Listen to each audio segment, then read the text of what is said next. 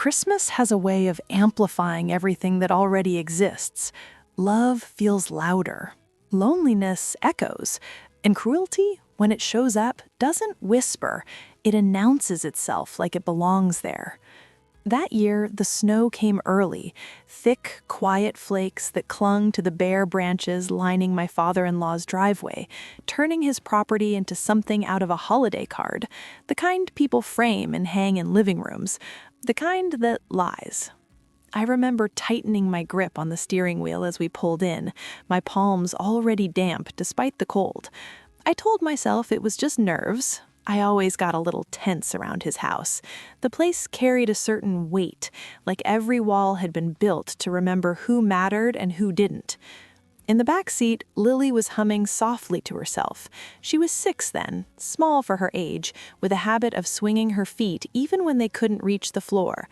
Her curls bounced against the collar of her red coat as she leaned forward, pressing her nose to the window. "Mom," she said, breath fogging the glass, "is Grandpa going to like the ornament I made him?" I glanced at her in the mirror and smiled, the kind that comes automatically, the kind that hides things. Of course he is. That was a lie, or maybe just hope dressed up as confidence. I had learned to blur the two when it came to him. My husband, Mark, parked the car and cut the engine. For a moment, none of us moved. Christmas lights blinked along the roofline of the house, red and green and gold, perfectly timed. Everything about the place was controlled, curated. Even the joy felt measured. "You okay?" Mark asked, already unbuckling his seatbelt. "Yes," I said, too quickly. He nodded, accepting it. He always did. Not because he didn't care, but because he'd grown up learning when to stop asking. Inside, the house smelled like pine and cinnamon, and something sharp underneath it all. The tree stood in the corner of the living room, tall and symmetrical, decorated in matching ornaments. No handmade crafts, no uneven glitter, nothing that didn't fit the aesthetic. My mother-in-law greeted us first, her smile warm but cautious, like she was stepping into a role she'd practiced but never fully believed in. She hugged Mark, then me, then Lily. Her embrace lingered on my daughter a second longer, as if she were trying to make up for something without naming it. My father-in-law remained in his armchair, a glass of something amber resting on the table beside him. He looked up as we entered, his eyes sharp and assessing, as though we were applicants rather than family. "There you are," he said. Mark went to him immediately, leaning down for a brief hug. I stayed where I was, helping Lily out of her coat. "Grandpa," Lily said, running toward him with the excitement only children have, unburdened by history. She stopped short when he didn't open his arms. He smiled, but it didn't reach his eyes. "Hello, Lily." She handed him the small, carefully wrapped package she'd been clutching all the way there. "I made this for you at school." He took it, turning it over in his hands as though weighing it. "Thank you." He didn't open it. Something in my chest tightened. I told myself not to read into it. I'd spent years doing that, telling myself stories to soften his edges. It was easier than facing the alternative. We moved through the motions of the afternoon. Coffee, polite conversation, Lily sitting on the rug, lining up her toys beneath the tree. I watched her from the couch, noting how she glanced up every so often, checking for approval, the way children do when they're unsure of their place. When it was time to open gifts, my father-in-law took charge, handing them out one by one. Mark received a watch, I received a scarf, Lily got a small box, hastily wrapped, clearly an afterthought. She opened it carefully, her face lighting up despite the contents, a coloring book and a pack of crayons. She looked up at him. "Thank you." He nodded, already moving on. The moment passed, but it stayed with me, like a splinter you feel only after you stop moving. Dinner was announced, and we gathered around the long dining table. My father-in-law sat at the head, as always. Mark and I took our usual seats. Lily climbed into the chair beside me, her legs swinging again, her shoes tapping softly against the wood. Conversation flowed easily at first. Safe topics, work, weather, a neighbor's new dog. I kept my tone light, my answers brief. I had learned that, too. Say enough to be polite, not enough to invite scrutiny. Halfway through the meal, Lily spoke up.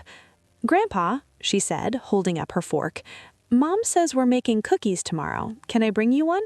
The table went quiet. It wasn't dramatic. No clattering plates, no sharp intakes of breath, just a subtle shift, like the air had been adjusted a degree colder. My father-in-law set his fork down slowly. "That won't be necessary," he said. Lily frowned. "But I want to." He looked at her then, really looked at her, and something hardened in his expression. He turned his gaze to Mark instead. "This brings up something I've been meaning to clarify," he said, his voice calm, almost conversational. My stomach dropped. Mark straightened. "Clarify what?" He folded his hands on the table. "Family traditions, expectations." I could feel Lily leaning closer to me, sensing the shift without understanding it. He continued, "I've always been clear about bloodlines, about what family means to me." Mark's jaw tightened. "Dad?" My father-in-law raised a hand. "Let me finish." He turned his attention back to Lily, then to me, then back to Mark. "She's not my real grandchild." The words landed heavily, sinking into the table, into the room, into me. For a moment, I couldn't breathe. I stared at him, waiting for him to take it back, to laugh, to realize what he'd just said. Lily looked up at me, confusion clouding her face. "Mom?" I wrapped an arm around her, pulling her close. My heart was pounding so loudly I was sure everyone could hear it. Mark stood up so abruptly, his chair scraped against the floor. "What the hell is wrong with you?" My mother-in-law gasped, her hand flying to her mouth. "Don't," she whispered. But it was too late. The words were out. They existed now. "She's Mark's wife's child," my father-in-law continued, as if explaining a simple fact. "She's not his by blood. I won't pretend otherwise." Something in me went very still. I'd known he felt this way. I'd seen it in the way he corrected people when they referred to Lily as his granddaughter, in the way he kept his distance, his affection measured and conditional. But knowing something privately and hearing it spoken aloud in front of her were two very different things. "Apologize," Mark said, his voice shaking with anger. "Now." My father-in-law shook his head. "I won't lie to spare feelings." That was when I stood up. I didn't raise my voice. I didn't cry. I didn't do any of the things people expect when a moment breaks them open. I simply placed my napkin on the table and looked at him. "You don't get to define my child." He scoffed lightly. "I'm not defining her. I'm stating reality." I felt Lily's fingers curl into my sweater, gripping it tightly. "Reality," I repeated, "is that you just told a 6-year-old she doesn't belong." He shrugged. "Belonging is earned." Mark slammed his hand on the table. "Enough." But my father-in-law wasn't looking at him anymore. He was looking at me, as though measuring something. "You chose this situation. I didn't." I nodded slowly. "You're right." The room felt impossibly quiet.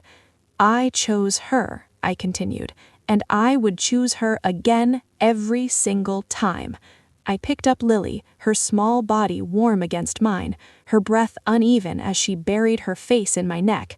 "We're leaving," I said. My mother-in-law stood. "Please, let's talk about this." "There's nothing to talk about," I replied. As we walked toward the door, my father-in-law spoke again. "You're overreacting." I paused, my hand on the doorknob, and turned back to him. "No," I said. "You're underestimating what comes next." He laughed softly. "And what's that?" I didn't answer. Outside, the cold air hit my face like a shock. Mark followed us, his expression torn between fury and disbelief.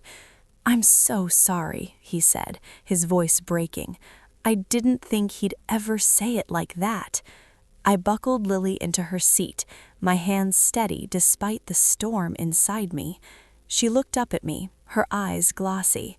"Am I not really your kid?" she asked. I leaned down, pressing my forehead to hers. "You are my child, always." She nodded, trusting me completely. As we drove away, the house behind us glowed with Christmas lights, perfect and untouched. I watched it disappear in the mirror, feeling something shift deep inside me. That night, after Lily had fallen asleep clutching her stuffed rabbit, I sat at the kitchen table long after Mark had gone to bed. The house was quiet. Snow tapped softly against the window. I replayed the moment over and over, not with rage, but with clarity. He thought the damage was done at the table. He was wrong. That knock on his door hadn't happened yet, but it would.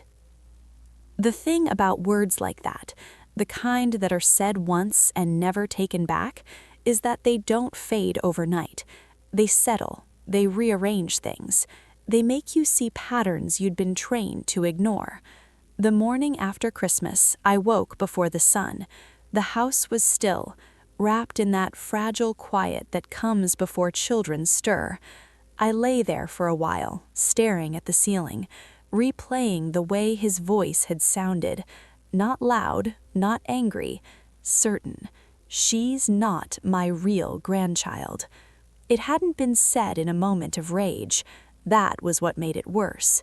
It was a belief he'd carried comfortably for years, waiting for a moment when it felt appropriate to air it out like a fact everyone should accept. I slipped out of bed and padded down the hallway. Lily's door was slightly open. I stood there, watching her sleep, her curls spread across the pillow, her stuffed rabbit tucked under her chin. Her face was peaceful, unaware of the fracture that had opened beneath her the night before. I wondered how long that peace would last. In the kitchen, I made coffee and sat at the table, wrapping my hands around the mug without drinking it. The heat grounded me, gave me something solid to focus on while my mind did its quiet, dangerous work. I wasn't angry anymore, not in the explosive sense. Anger burns hot and fast. This was colder, sharper. It felt like resolve. When Mark came in, he looked like he hadn't slept either. He stood there for a moment, watching me, as if unsure where to step. "I should have protected her better," he said finally. I looked up at him. "You did protect her. You stood up to him. But I let it get to that point." I took a slow breath. "You didn't put those words in his mouth." He pulled out a chair and sat across from me, rubbing his temples. "My mom called twice last night." I wasn't surprised. What did she say? That he didn't mean it the way it sounded, that he was raised differently, that he's old and stubborn and doesn't know how to express himself. I let out a quiet laugh, humorless. Funny how those excuses always show up right on time. Mark looked at me, really looked at me. "What are you thinking?" I hesitated, not because I didn't know, but because saying it would make it real. "I'm thinking that Lily doesn't go back there." His shoulders sagged with relief. "I agree. And," I added, "we don't pretend this didn't happen." He nodded slowly. "He won't apologize. I know. That was the moment something crystallized between us, an unspoken understanding. This wasn't about waiting for him to change. It was about deciding what we were willing to tolerate." Later that morning, Lily came into the kitchen in her pajamas, her hair sticking up in all directions. She climbed onto my lap without a word, wrapping her arms around my neck. "Do I have to see Grandpa again?" she asked softly. I held her a little tighter. "Not unless you want to." She thought about that, then shook her head. "I don't want to." "That's okay," I said. "You don't have to." She nodded, satisfied, and hopped down to grab her cereal. Children have a way of accepting boundaries when they feel safe inside them. It was the adults who struggled. The calls started that afternoon. First my mother-in-law, then Mark's aunt, then his cousin. The same script, slightly rearranged. He didn't mean it, he was provoked, family is family, Christmas emotions ran high. I didn't argue, I didn't explain. I simply said, "We're taking space." Some of them sounded offended by that phrase, as though space were an insult rather than a necessity. By the end of the week, the tone shifted, less soothing, more pointed. "Do you really want to do this? He's getting older." "He didn't sound confused," I replied. Another said, "You're making it worse by cutting him off." "I'm making it clear," I said.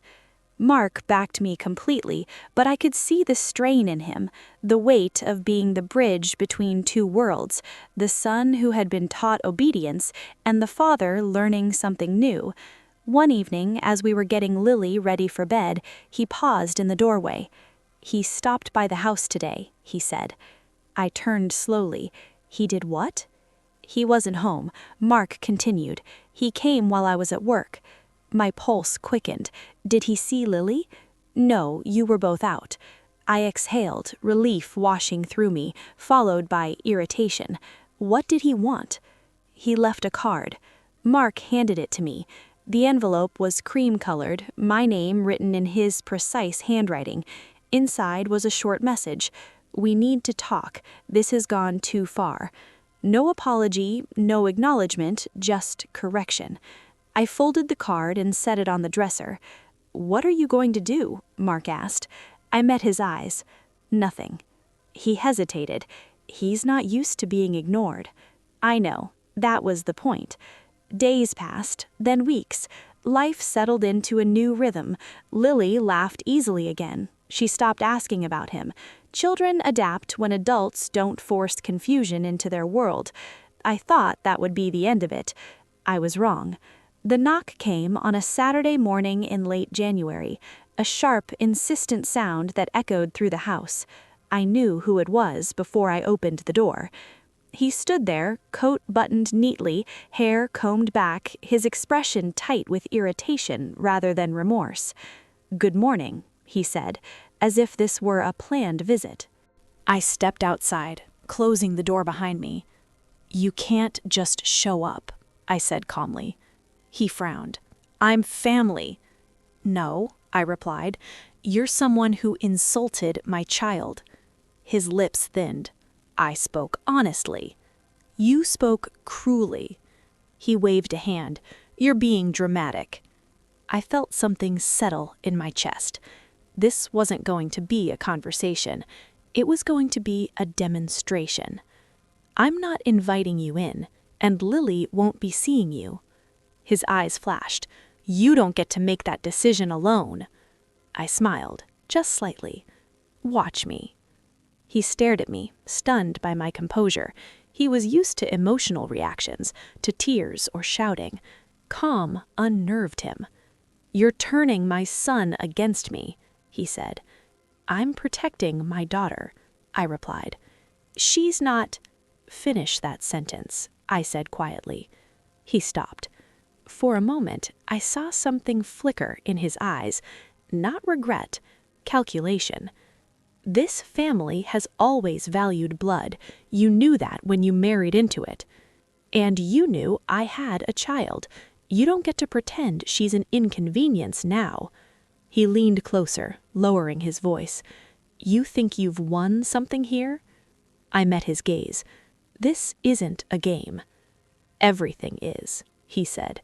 "You just don't realize it yet." I opened the door. "You should go." He didn't move. "Now," I added. Finally, he stepped back, his face hard. "You'll regret this."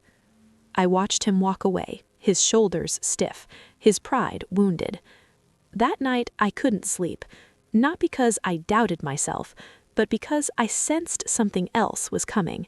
People like him didn't accept boundaries quietly. They tested them, pushed against them until they found a weak point.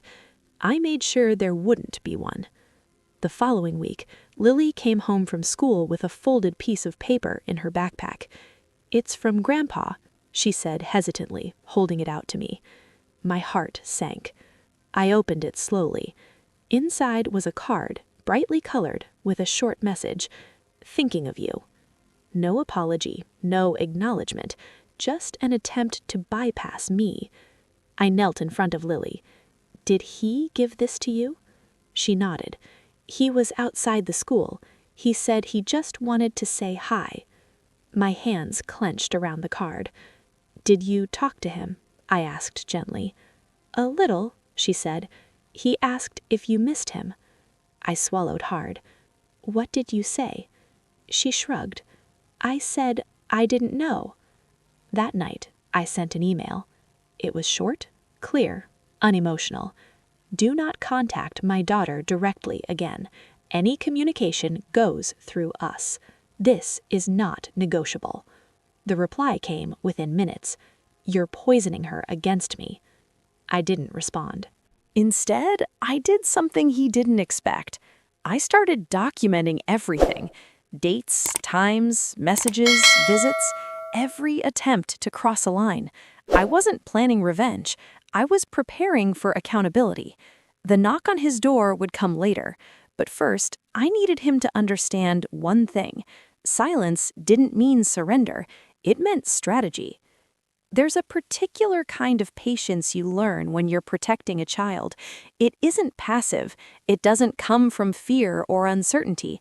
It's deliberate, watchful, the kind that lets other people mistake your stillness for weakness. I let them.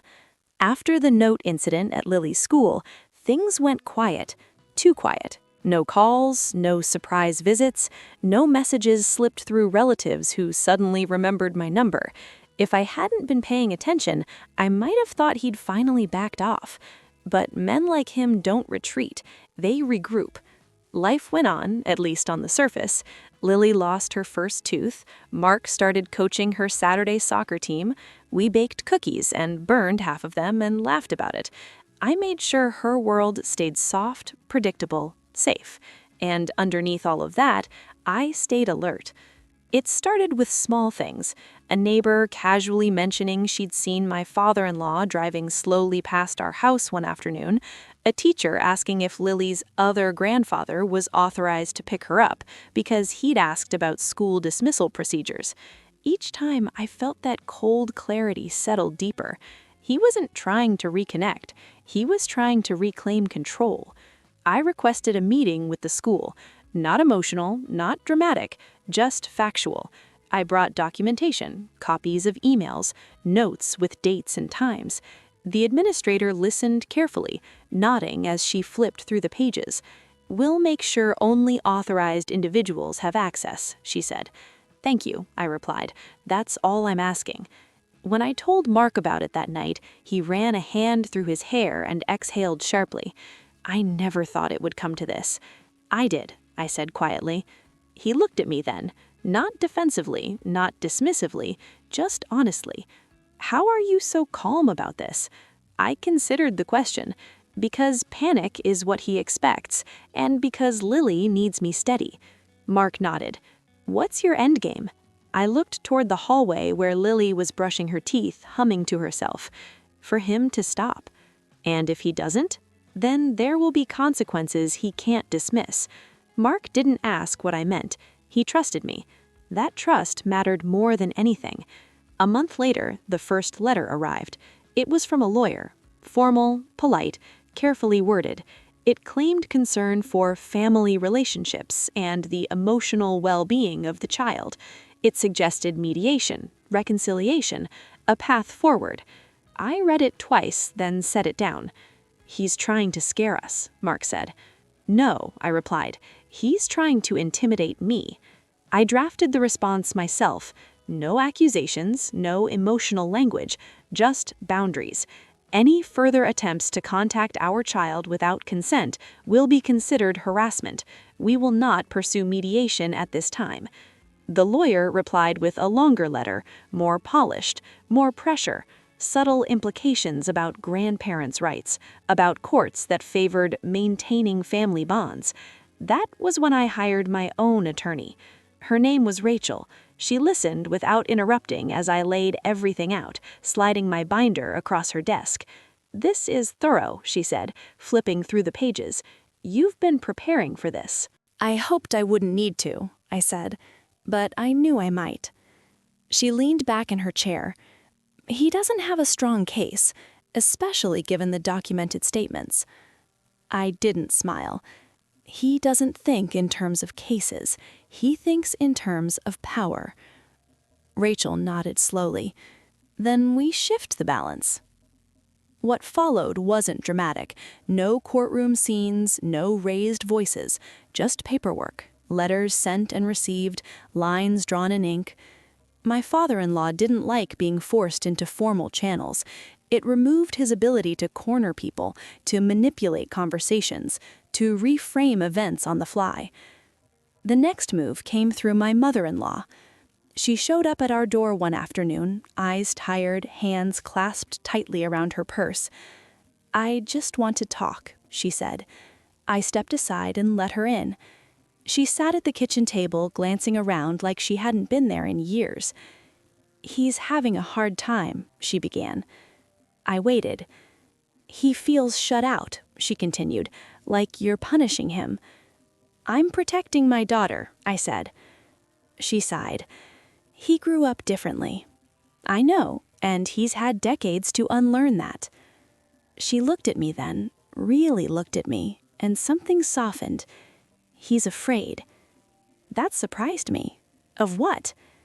That he's losing his son. I thought of Mark, torn between loyalty and integrity. He's losing access, not love. She hesitated.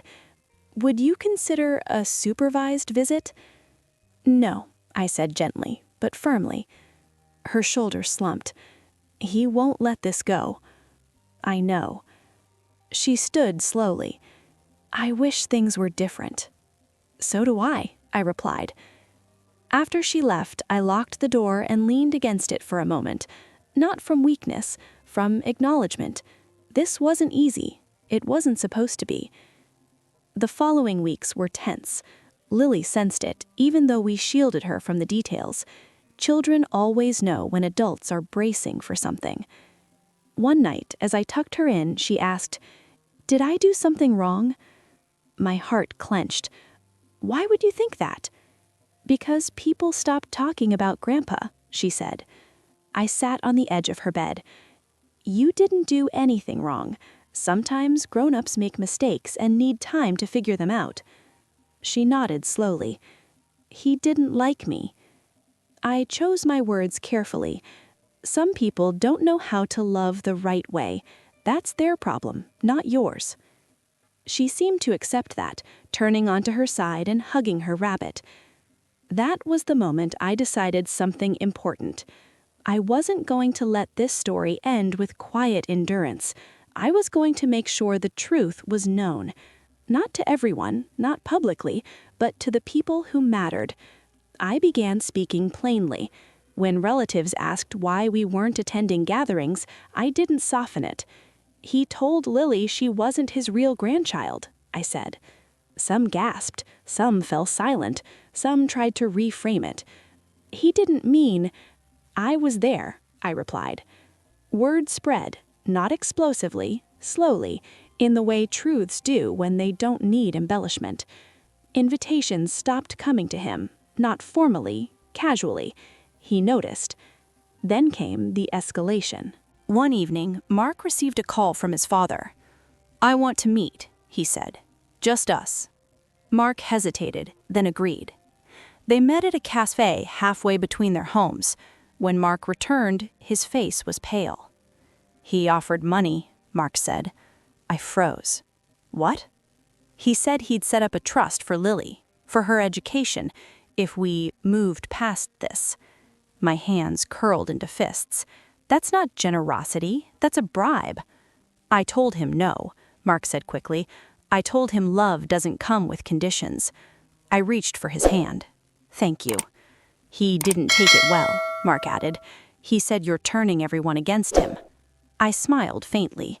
Funny how accountability feels like betrayal to people who've never faced it. That night, I added another entry into my binder. Offer of financial leverage in exchange for access. I didn't know exactly when a knock on his door would come, but I knew this. He was used to knocking on other people's doors. Soon, someone would knock on his, and this time, he wouldn't get to decide who belonged. People like him are used to controlling the narrative. They speak first, loudest, with the most confidence. For years, that had been enough.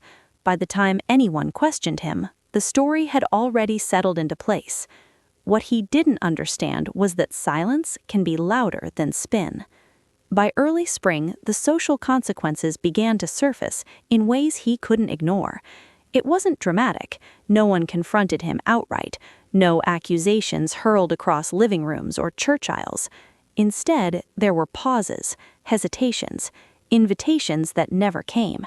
He noticed it at his weekly golf game when one of the men canceled last minute, then didn't reschedule. At a charity board meeting where his suggestions were politely acknowledged and quietly bypassed.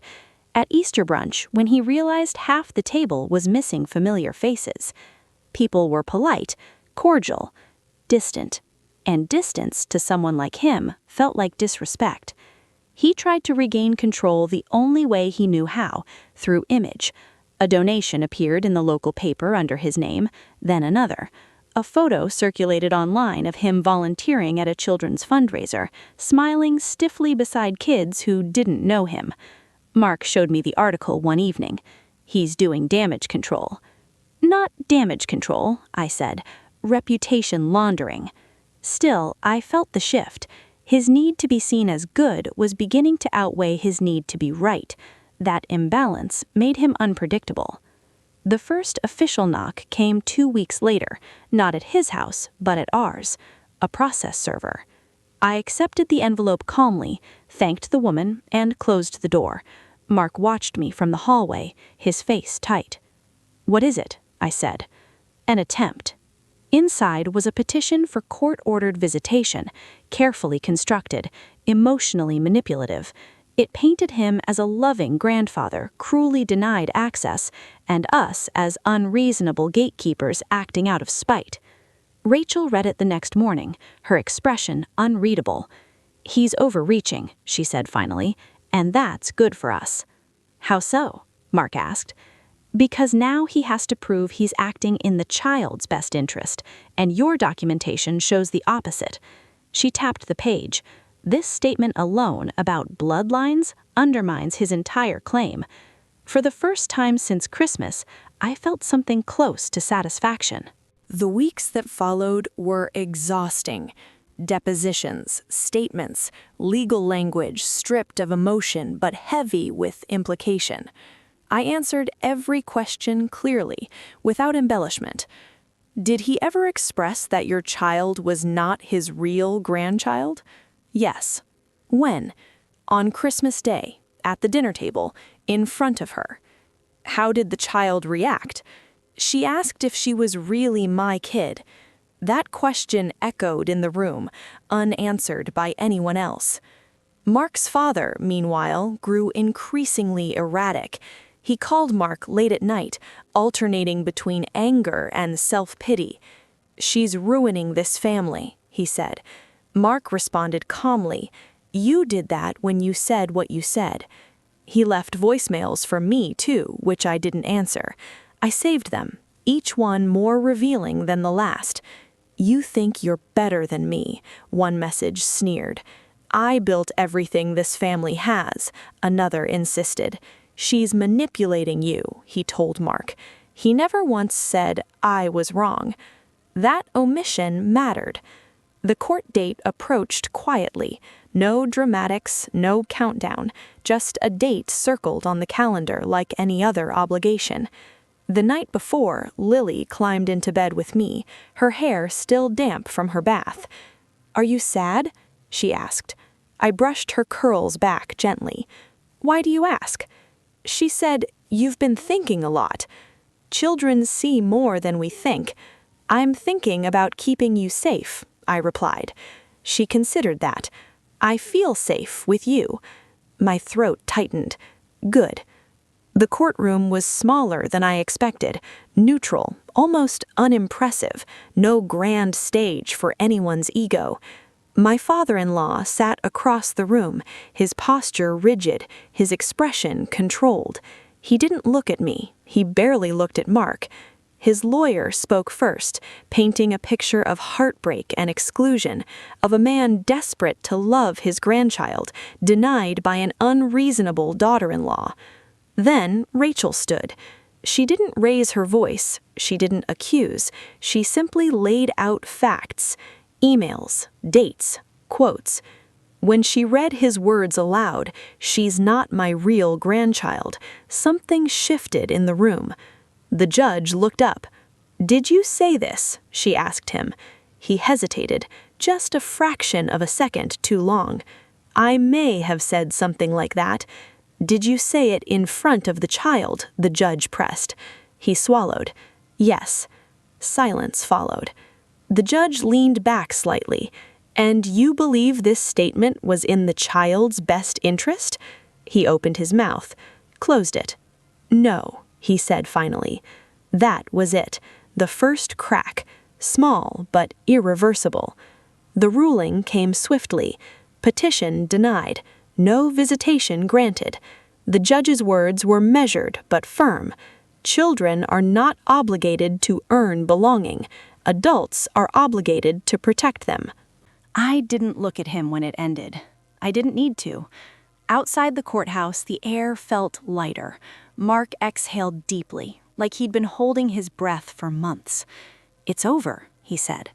"No," I replied. "It's decided. There's a difference." In the weeks that followed, the fallout settled. Some people apologized quietly for not speaking up sooner. Others avoided us entirely. I didn't chase either. My father-in-law retreated from public view for a while. The donations stopped. The smiling photos disappeared. Then, one evening, a mutual acquaintance called Mark. "He's selling the house," she said. I wasn't surprised. That house had always been a monument to control, to hierarchy. Without an audience, it lost its purpose. The real knock came a month later. Not legal, not symbolic, just human. He stood at our door, alone, older somehow, smaller, his shoulders no longer squared for battle. I didn't invite him in. "I came to apologize," he said. I waited. "For the things I said," he added, "for hurting her." I studied his face, searching for something, anything. "And?" I prompted. "And for losing my temper," he finished. I nodded slowly. "That's not what happened." He frowned. "What do you mean?" I said, "You didn't lose your temper. You revealed it." He looked genuinely confused. "You don't get access to her. Not now, not later. This apology doesn't change that." His face tightened. "Then what's the point?" I met his eyes. "The point is whether you understand what you did." He stood there for a long moment. Then his shoulders slumped. "I don't know how to fix this," he said. I softened just slightly. "That's not my responsibility." I opened the door, not to invite him in, to end the conversation. As he walked away, I felt no triumphs, no joy, just certainty. That night, Lily slept soundly. Mark held my hand as we watched the lights fade outside. And somewhere, in a house that no longer felt like a kingdom, a man finally understood what it meant to lose something he thought he owned. The final part of this story wasn't about him. It never was. Time has a way of doing what confrontation can't. It doesn't argue, it doesn't demand apologies. It simply keeps moving forward, carrying consequences with it, whether people are ready or not. In the months after that last visit, life grew quieter. Not empty, quieter. The kind of calm that settles after a long storm, when you're still alert for thunder, but slowly realize the sky has cleared. Lily flourished. That might sound simple, but it wasn't accidental. It was the result of hundreds of small intentional choices. Who we spent time with, what stories we told, what silences we allowed. She stopped asking questions that didn't belong to her. She stopped scanning rooms for approval. She laughed freely again, loudly, without checking anyone's face first. That alone told me everything I needed to know. Mark changed too. He carried less tension in his shoulders. He spoke more openly. The constant internal negotiation, loyalty versus decency, no longer dominated him. He grieved the father he wished he'd had, quietly, without letting that grief harden into resentment. One night, as we sat on the porch watching Lily chase fireflies, he said, "I used to think standing up to him meant yelling louder than he did." I smiled faintly. "Most people do. But you didn't," he continued. "You just stopped giving him places to stand." That was the truth of it. Power collapses when it loses an audience. We heard about him occasionally, through distant relatives, through people who didn't realize they were carrying fragments of a story that no longer involved us. He moved into a smaller place, a quiet one, sold most of the furniture, kept to himself. "He's mellowed," someone said once, hopefully. I didn't respond. Mellowing isn't the same as changing, and change that comes only after consequences isn't always growth. Sometimes it's just adaptation. The real reckoning came unexpectedly. It was late summer when the letter arrived. Not legal, not formal, just an envelope addressed in handwriting I recognized instantly. I didn't open it right away. I sat at the kitchen table for a long time, turning it over in my hands, deciding whether this version of the story deserved to be heard. Finally, I opened it. It was longer than I expected, less polished, uneven, as if written by someone unfamiliar with saying difficult things without authority. He wrote about his childhood, about being raised to believe worth came from lineage, about learning early that love was conditional, something you earned by fitting the mold. He wrote about Christmas, about how the words had sounded different in his head, how he hadn't anticipated the silence afterward, the way everyone had looked at him like he'd said something unspeakable. He wrote one sentence that stood out. "I thought telling the truth mattered more than being kind. I was wrong." I read that line twice. At the end, there was no request, no demand, no attempt to reopen doors. Just this: "I understand if you never forgive me. I wanted you to know I finally understand why you did what you did." I folded the letter and set it aside. Forgiveness is a complicated thing. People think it's a gift you give someone else.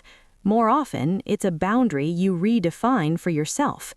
I didn't write back, not because he didn't deserve acknowledgement, but because not every realization requires a response. Some lessons are meant to land quietly and stay there. Weeks later, Lily came home from school with a family tree assignment. She spread it out on the table, crayons scattered everywhere, lines branching in all directions. "Can you help me?" she asked. "Of course," I said, sitting beside her. She filled in my name, Mark's name, her grandparents on my side, her aunts, her cousins. Then she paused. "Do I have to put Grandpa?" she asked, carefully. I took a breath. "You can include anyone you consider family." She thought about that for a long moment. Then she drew a line, not to him, but to Mark. "You're my family," she said simply. "That's enough." I blinked back tears she didn't need to see. When the assignment came back a week later, her teacher had written a note at the bottom. What a strong sense of belonging. That was the victory. Not the court ruling, not the silences, not the apology letter. This, the quiet certainty of a child who knows where she stands. Years from now, Lily won't remember the exact words spoken at that Christmas table. Trauma doesn't always preserve details. What it preserves is how safe you felt afterward. She'll remember that when something hurt her, it was taken seriously, that adults didn't ask her to be smaller to keep the peace, that belonging wasn't conditional. She'll remember that love didn't need proof. As for him, I hear he tells the story differently now, not in a way that absolves him, but in a way that admits loss. He doesn't see her anymore, and that's my fault. That sentence carries weight, more than excuses ever did. Sometimes the knock that changes everything isn't loud. It doesn't come with confrontation or demands. Sometimes it's the quiet realization that the door you closed isn't opening again, not because someone locked it, but because you finally understand why it was closed in the first place. On Christmas now, we do things differently.